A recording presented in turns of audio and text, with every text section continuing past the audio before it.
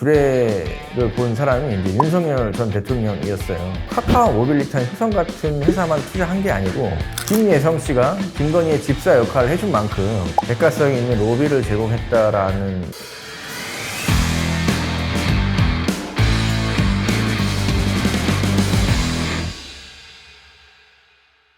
네, 안녕하세요. 저는 안세계법인의 강우석 회계사라고 합니다. 이번 시간에는 IMS 모빌리티라는 회사에 투자한 카카오 모빌리티, 효성 등과 같은 회사의 임원들이 현재 이제 김건희의 대가성이 있는 로비를 제공했다라는 혐의를 가지고 이제 조사를 받고 있는데, 그것에 대한 내용을 소개시켜드리고, 또 오해가 있는지 아니면은 그것이 정말로 대가성 있는 제3자 뇌물이나 그런 것들로 인한 처벌 대상인지에 대해서 알아보도록 하겠습니다.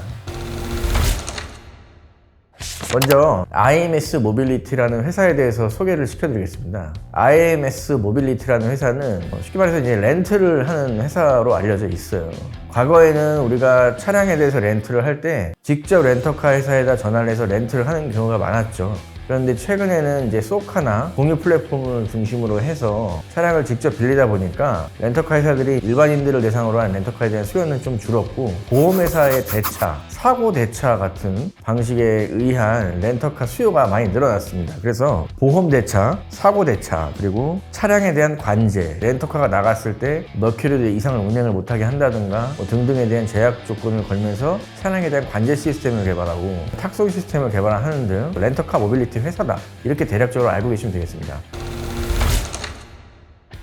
자, 그런데 이렇게 좋은 일을 하고 있는 회사에 어떤 게 문제가 돼서 지금 현 사안이 발생됐느냐에 대해서 좀 더 깊게 설명을 해보면은, IMS 모빌리티의 최대 주주는 조영탁이라는 사람이에요. 2024년 12월 31일 기준 재무제표로 보면은 한 20% 정도의 지분을 가지고 있는 대주주이거든요. 그런데 이 조영탁 씨와 김예성 씨가 특별한 관계를 갖고 있고, 김예성 씨가 김건희의 집사 역할을 해준 만큼 김예성 씨를 통해서 김건희와 조영탁이 알게 됐고, 이 조영탁이 운영하고 있는 회사에 카카오 모빌리티나 효성 같은 일부 대기업들이 대가성을 바라고 투자를 한 게 아니냐, 이제 이런 의심을 갖고 있는 겁니다. 그러면은 이 김예성 씨와 조영탁 씨에 대한 관계는 어떻게 되느냐, 이에 대해서 먼저 살펴보면, 먼저 첫 번째, 조영탁 씨가 이제 결혼을 할 때 주례를 본 사람이 이제 윤석열 전 대통령이었어요. 그러니까 이제 이 윤석열 전 대통령을 어떻게 알게 됐느냐 했을 때 이제 김예성 씨가 소개시켜줬다는 거죠. 그다음에 두 번째는 조영탁 씨와 이제 김예성 씨의 그 여러 이제 사업자에 대한 주소지가 특정 주소지로 동일한 게 몇 군데 있었다라는 것이고요. 세 번째는 동일한 회사의 임원으로서 역할을 한 게 몇 군데 있었다라는 점이 김예성 씨와 조영탁 씨가 특별한 관계이고 거의 동업 관계와 유사한 것으로 의심이 된다. 그리고 조영탁 씨가 운영하고 있는 회사에 특정 해에 투자를 했다는 것은 이거는 김건희와 연관이 된 것이고, 따라서 이 김건희의 뇌물을 준 게 아니냐, 김건희가 지정한 회사에 억지로 투자를 함으로 인해서 뇌물의 성격이 있는 게 아니냐, 이제 이렇게 의심을 하는 것 같습니다. 자본시장의 많은 전문가들의 의견, 그리고 이제 제 의견은, IMS 모빌리티라는 회사는 실체가 없는 회사는 아니고 모빌리티 업계에서 기술력이라든지 이런 것들에 대해서 충분히 공신력이 있는 회사였다. 카카오 모빌리티나 이제 효성과 같은 회사들이 투자하게 된 시점이 2023년 6월 29일입니다. 감사 보고서에 나오는데, 오아시스 제3호 JD 신기술 투자조합을 통해서 조합을 결성해서 투자를 했습니다. 투자를 했는데, 이때 당시 투자를 했을 때 이제 기업 밸류를 얼마로 산정했느냐라고 했을 때 1290억으로 밸류를 산정했거든요. 그런데 이거는 이제 2년 전에 밸류로 산정됐을 때 가액인 1477억에 비해서 다소 낮은 가격으로 밸류를 산정해서 투자를 했기 때문에 과연 이게 대가성 있는 투자였느냐에 대해서는 많은 전문가 분들이 의아해하는 부분이 있는 것 같습니다. 또한 이 회사가 전환우선주 형태로는 회사 설립 이래로 총 9번 투자를 받았거든요. 2016년부터 2023년까지 7년 동안 투자 유치를 한 전체 금액은 전환우선주 기준으로 약 600억 원에 달해요.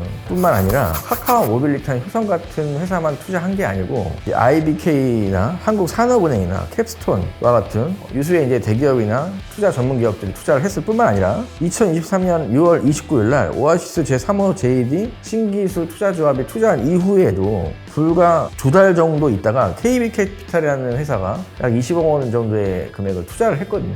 공교롭게도 2023년 6월에 투자한 이 시점에 투자 금액만 가지고 이게 대가성 있는 투자였느냐에 대해서는 한번 반문을 해볼 만할 것 같습니다. 물론 김혜성 씨와 이 회사의 최대 주주인 조영탁 씨의 관계나 여러 가지 정황이 의심스러운 것도 물론 사실일 수는 있으나 이 회사의 누적 투자 규모 액수가 600억 원에 달한다는 점, 특정 투자 조합이 투자한 이전 그리고 투자한 이후에도 투자가 지속적으로 이루어졌었다는 점, 고밸류에 불리한 조건을 투자한 게 아니고 다른 투자자들이 투자하는 일반적인 조건에 준해서 투자를 했다는 점, 카카오 모빌리티가 투자하는 거는 SI 투자에 대한 성격이 강한 전략적 투자자로서 카카오 모빌리티의 사업 영역과 굉장히 유사할 뿐만 아니라 시너지가 나는 투자라는 것이 미루어 짐작이 된다는 점 등을 보면 이것이 대가성이 있는 투자였느냐에 대해서는 입증하기가 다소 어렵지 않을까 이렇게 생각을 합니다. 뿐만 아니라 카카오 모빌리티 같은 경우는 투자한 금액이 한 30억 정도밖에 안 되거든요.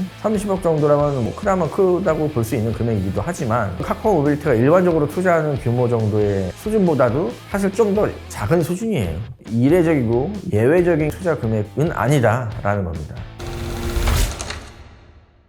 저는 이 점에 대해서 한번 살펴보면 좋을 것 같아요.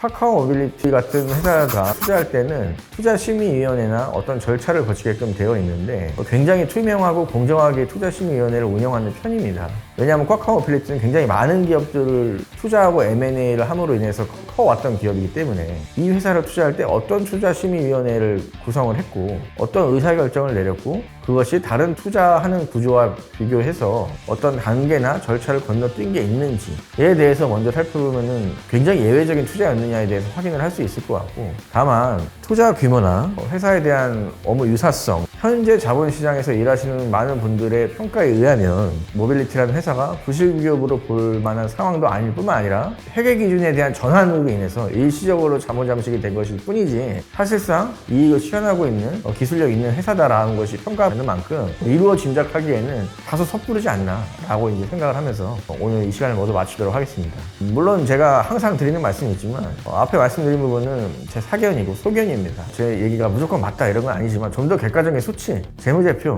그리고 상황과 정황, 이 회사의 특징을 봤을 때 제가 느꼈고 판단한 부분을 말씀드리는 거니까 오해는 없었으면 좋겠습니다. 이상으로 이 시간을 모두 마치도록 하겠습니다. 감사합니다. 정답은 언제나 안새 스마트한 선택 송도에 숫자 위에 신뢰를 더해 프로답게 안새 외계 안새 the best answer.